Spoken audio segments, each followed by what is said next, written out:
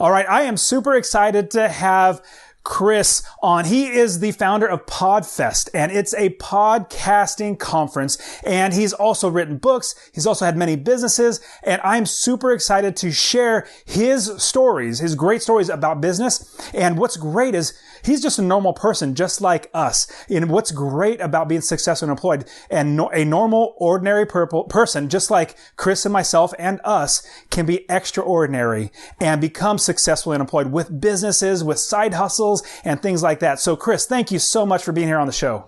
Dustin, thanks for having me on. Man, I am super excited. Now, I want to jump right into it. How do you make money to provide for your family without a job? What's the business? What's the strategy? What do you do? So I'm in the promotions business, but really, if you ask me what I'm in the community building business. So I build communities and I use events to facilitate those communities. So that's my business. What does that mean from an economic standpoint? People buy tickets to my events. I have sponsors that then buy trade show booths, and then I have back end type upsells. What people would consider upsells, I consider more my other higher level communities, and that's how I make a full-time living. That's fantastic, man. Good for you. So you've been doing this for a while, but take us back before you started doing all this. When you had a job. Now, did you say you worked at Geico or you worked with Geico in the past? Yeah, actually, one of my first jobs early on was Geico Insurance. One of their headquarters was right in Woodbury, Long Island, where I grew up. And I remember early on, I was always an entrepreneur. So I like being an entrepreneur and doing things on the side. I'd become a general contractor, and I launched a company to be a GC. I knew nothing about the industry, but I found a partner that could do the work.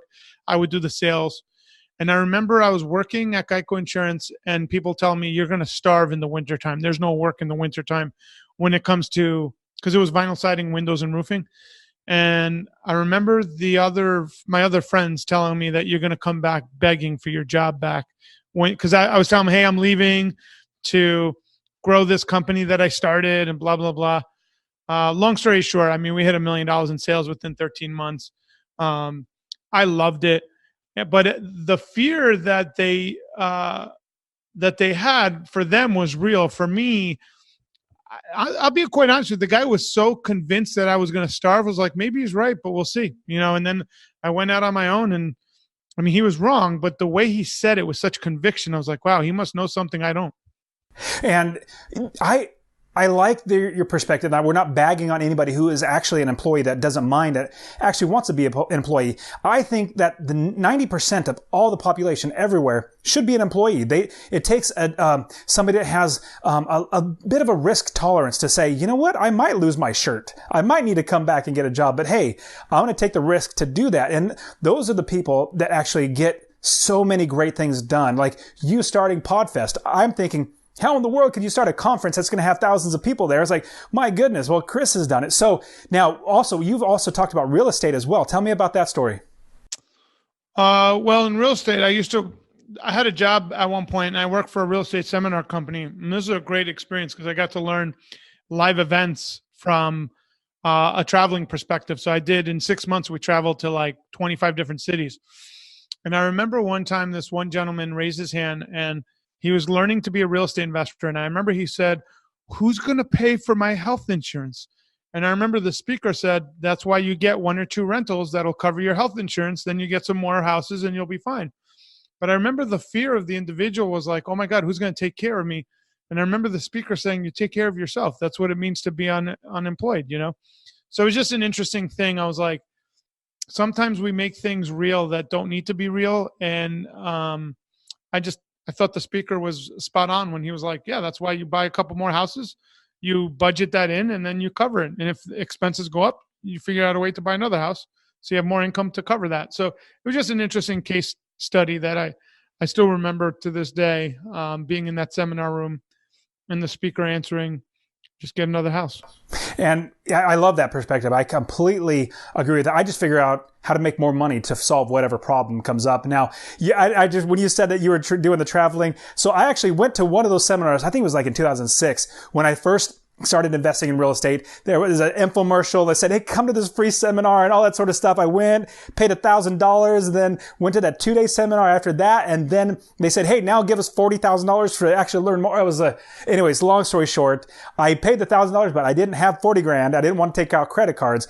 So what I did was I just started investing myself, did a lot of things wrong, but fast forward now, 14 years later, 15 years later, don't have a job. I'll never need a job again. So getting that step forward. Now, let's look at the idea of now being somebody like a community, an organizer of events as well as connecting people. And you're really good at that. And I've seen you in action actually doing that. So tell us about that business model of connecting people.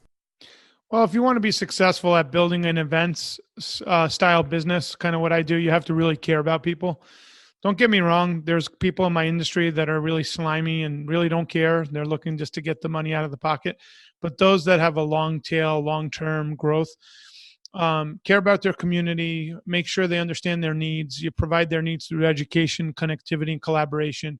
So people go to events for a couple of reasons. Usually if it's a subject matter, they go for education.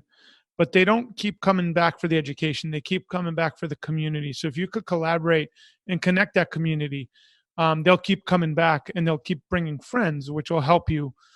You want word of mouth in any event kind of thing, because word of mouth is the cheapest way to grow. And it's the best way to grow. Whereas if you could spend a lot of money marketing, but now you got a huge hole that you have to dig yourself out of before your event ever starts. So it's all about bringing the right people together, negotiating with the hotels, getting really great deals, having great deals with audiovisual companies. So there's a lot of behind the scenes. But at the end of the day, it's collaboration, education, and connectivity. I love that idea. So, I love businesses, and I think most or all businesses should be in the business of serving and helping and looking first to serve. Now, I found in my businesses that I have with my real estate, with teaching people how to invest in real estate, and my other businesses I have, the more people that I serve, that I just give to, the better my business gets, the better my family does, and everything like that. So talk to us about in starting up. Let's talk about Podfest. Your Podfest, that's a big event. Then that's going to take some guts to go to a location and talk to the hotel and put, advance money down, all that sort of stuff. Tell us about that process. How did that work out? How did you get your wife to go along with it, but also at the same time, the risk tolerance to be able to do that?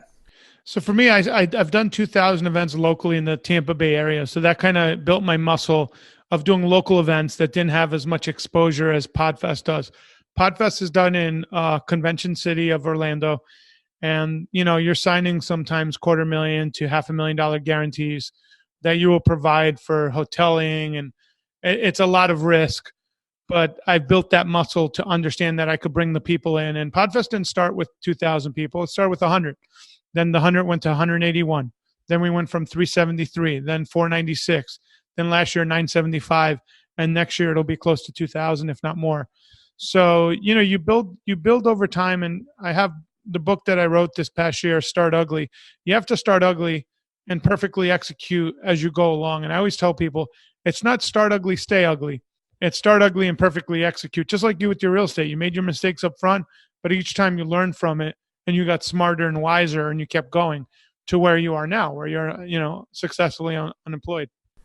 Absolutely. And I love that idea of your book, Starting Ugly. It's really what it comes down to. If I never started investing, if you never started doing that first event, if you never started it, you wouldn't be where you are now. You very, very well could be, but I know that every step of the way that I took has got me to where I am now. And I look back and now, there might be some things like I probably wouldn't have bought this one particular house or something like that. But at the same time, I'm looking back now, I was like, well, why would I go back and change it? Everything's perfect now, or not perfect, but like my life is great. I don't have to work a job. I'm doing really, really fine. Now, from connecting people, now starting Podfest, talk to us about multiple streams of income. Like you have your book, you have other businesses, and tell us about your perspective of multiple streams of income. Well, I'm a big proponent of mastering one stream first. So understanding how to master one stream of income is extremely important. But then once you have that stream of income, consultants use this terminology, but I think it's really important. You don't want that stream to be a single point of failure. So you want to diversify that stream of income into other things that could help you. So my brand, if you were to ask me what do I do, because I've made a documentary movie, I've made a book, I have my events, and I do speaking. My brand is to facilitate greatness through channels of business through my various projects. So really to facilitate people to break through and find greatness is what I bring to the table. So the book is a stream of income now because a lot of people told me, hey, you can't make money on a book. You're going to lose money. And to be quite honest with you, Dustin, these people have these vanity books. It's a pet peeve of mine. Like, put some effort into a book. Don't, I get that you want to do a compilation, but think about it, maybe create, package an idea in a new way. Make it something that you think people will be proud of, that you should be proud of. So for me, the book is one of my newer streams of income, but the easiest because I created it once. And now every month I get a really decent continuity check for the royalties on the book. I did do a documentary film. I did not make money on it, but that did place me as a thought leader within my industry, which actually helped me with other things. And then Podfest, we have ticket sales, we have trade show sales, and then I will always have a back end sale. So for Podfest, I will be selling an event called Live Event Profits for people like yourself that want to learn how to do live events but don't want to take on the risk that I've taken. Learn how to really learn what I've learned over the years. That will be my back end sale, as well as a community to learn how to do that kind of stuff. So, and I also do a lot of consulting. So I consult on 1 or 2 events. I charge premiums that start at $25,000 or more. I don't pick up a lot of them. I don't want a lot of them, but it's an extra stream of income that basically I'm uniquely qualified to do. I have a team. It doesn't take much for me to do, but the value for the client is immense. And I love how you started it off by having one river instead of just a stream. Like, you have a river, you focus on that one, you get that one going. And same thing with my real estate. I literally don't have to work at all because I have 30 plus properties that just keeps bringing that money in. I literally don't have to do anything, but everything else I do is really because, number one, I like doing it. Number two, it's fun. And number three, I can help people. And the last one, which is I do make some money from doing it. But the biggest thing is I have extra time because I have that river of money because one stream coming in. But I do love having multiple ways. Now, what's great is because you have that one big stream of income, you don't have to have a job. But without having a job, you have time freed up. Then you can go after other opportunities like writing a book or doing all these other things. So what do you think about your time, and as opposed to being an employee to being now successfully unemployed? How do you manage your time now? That's a really great question, because I've had time where I had a period of time a couple of years ago where I had like 6 months and I didn't have to do anything. For me, that does not work. I need to be active business-wise. Otherwise, I get myself into trouble in that I have too much time to just not do anything and whatever, which I like to travel and all that. Don't get me wrong. So I travel. Like, it's not that I just like keeping busy. So now I have a new member of the team. She's the director of operations. Her job is to make sure that I'm consistently booked up with at least 8 to 10 appointments a day. We've shortened the call so I could get more done.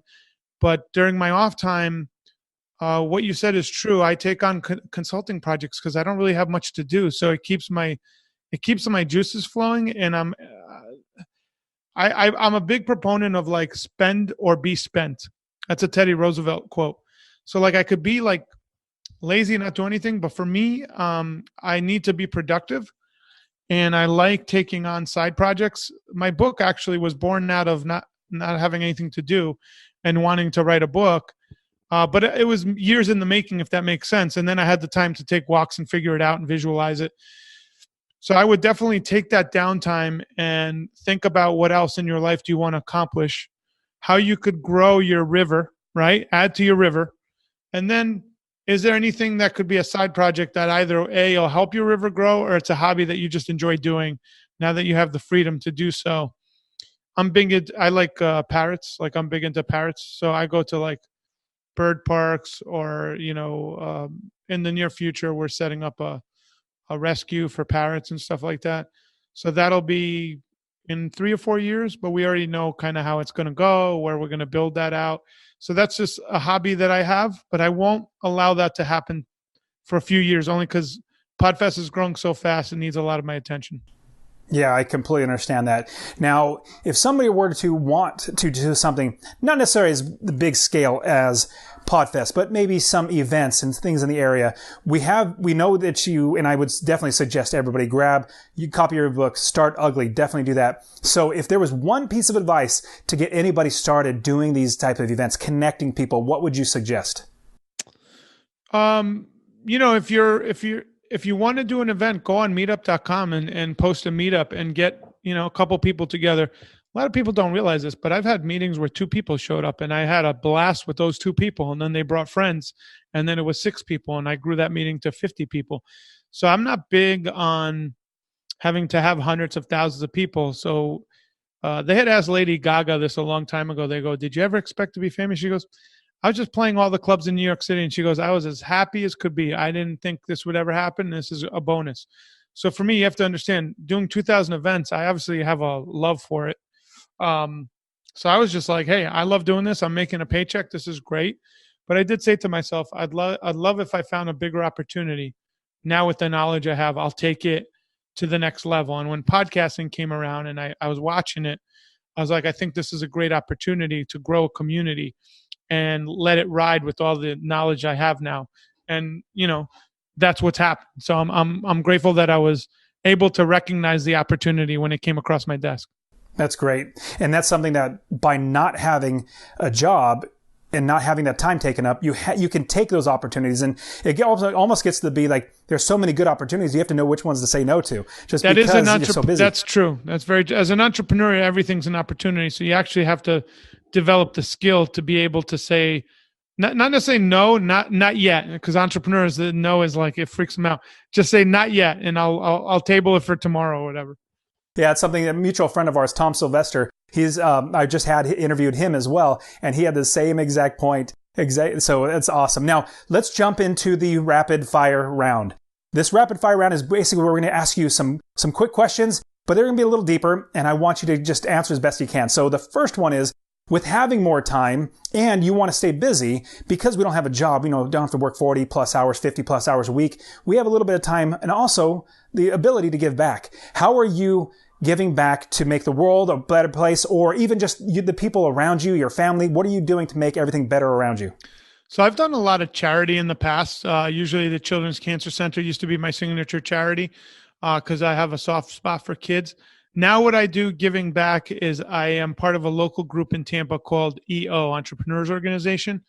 And what I do is I make sure that the board of governors, the committee that runs the group, we allow our doors to be open to any entrepreneur that wants to learn. So even though we have a lot of resources and money, we're allowed to bring in people that don't have the money or resources to be part of the group and partake in the education that sometimes costs us $10,000 to put on, that we bring in these outside experts.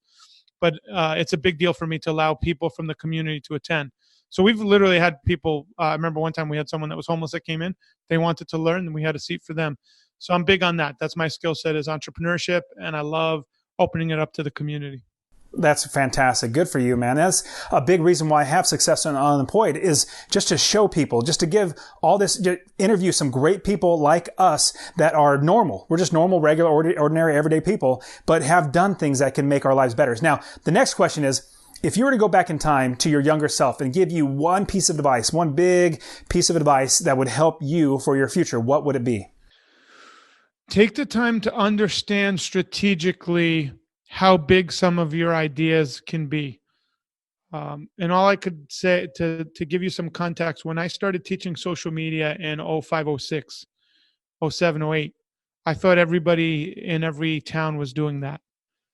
Had I realized back then how big the nuggets were that I had, I would have had an actual conference back then. But it wasn't meant to be for me, but that would be something. But then I realized I missed the ball, and that's when I said, okay, next time something comes around, pay attention. That's when I caught podcasting and YouTube on the upswing. But just have an awareness of how big your ideas are, and don't restrict them to a geo area when it could be much bigger. I love that idea. And I know eventually I would like to see Successfully Unemployed actually have a conference where we get together people and we brainstorm, we work together, get people, vendors, and we work together, because there's so many better ways to make a living than work for somebody else, in my opinion. Now, the next question is, what tools, it could be an app or something like that, that you use in your business or in your life that make your life better and become more successful? So this is for team building. I used to have employees that would work for me. Now I'm more of a virtual shop where I have independent contractors, but I have people that do everything for me, so I don't have to use tools. So, but I use Google Drive or whatever, but I'm not really good at the tech side. So I hire out my weaknesses, and I spend literally most of my day on the phone. So that is what I'll do from 9 a.m. to 5 p.m. is either doing calls like this with you or people I want to get to know. And I schedule out my day trying to help people all day long. So I'm big on hiring out weaknesses and using your strengths. So for app, I just use Google Drive and Dropbox for the most part. But again, I let other people take care of all that, and I take care of what I'm best at, which is talking to people. No, it doesn't have to be an app, but you're absolutely right. I think a tool is utilizing the people around you. I mean, that is basically going to your strengths and having other people who are stronger than you and other things. So that's perfect. I love that. Now, the last question is, what is one nonfiction book? It could be two, but give me a nonfiction book that could help, that has helped you and you would recommend to people for life, for business, or anything else like that. I do a lot of books. The Obstacle is the Way is one I read recently, which I really enjoyed, and I believe it's James Kennedy. The Obstacle is the Way. But the one book, if you were to ask me, what's the one book you review every couple of years? It's Highly Effective Habits. The Seven Habits. Stephen Covey. I don't know why, but every time I go through that book, it's one of those profound books. Like I learned something new. And there's not a lot of books like that. That's a very unique book in that those things are like timeless. I agree. Timeless nuggets that he goes through. Like you're like, yeah, it's still good to today. Yeah, it's a fantastic book. So definitely we're going to have to make sure we put those in the show notes so you guys can go get those. But Chris, is there anything else that we should know before we start doing anything like this, like connecting people? The key is if you want to bring people together, don't evaluate big numbers. Just evaluate the individuals in front of you that say, hey, I want to be part of your tribe, and build off of that. And my core philosophy, I wrote a book about it, is called Start Ugly. Don't be afraid to start ugly and perfectly execute along the way. I think it's fundamental to your success. A lot of people always want to say, oh, I'm so sorry I don't have 100 people at my first event. Why are you apologizing? You're telling the 20 people that showed up that they're not as important if there were 100 people.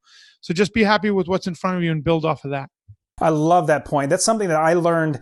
Actually, I think it was I have 4 kids now, but my third, it was his birthday party, like his second birthday party or third, but we were expecting a good amount of people, but maybe like a fourth of them showed up.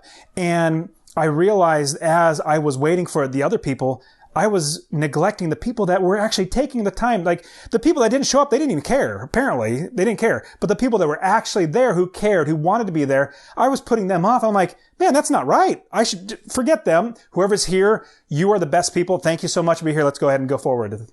That's a big thing in life. We do that all the time. Like you're talking about your kid's birthday party. Be happy with what's in front of you and grow it from there. Don't worry about what's not in front of you.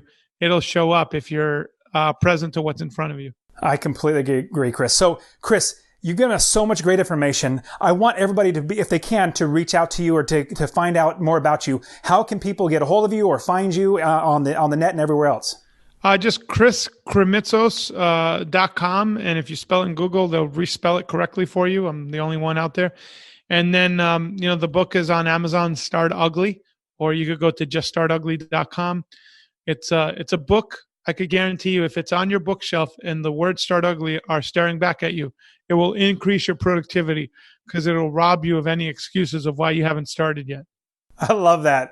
Absolutely. Chris, you've given us so much great information. Thank you so much for being on the show. I really, really appreciate your time. It was fantastic. Thanks, Dustin.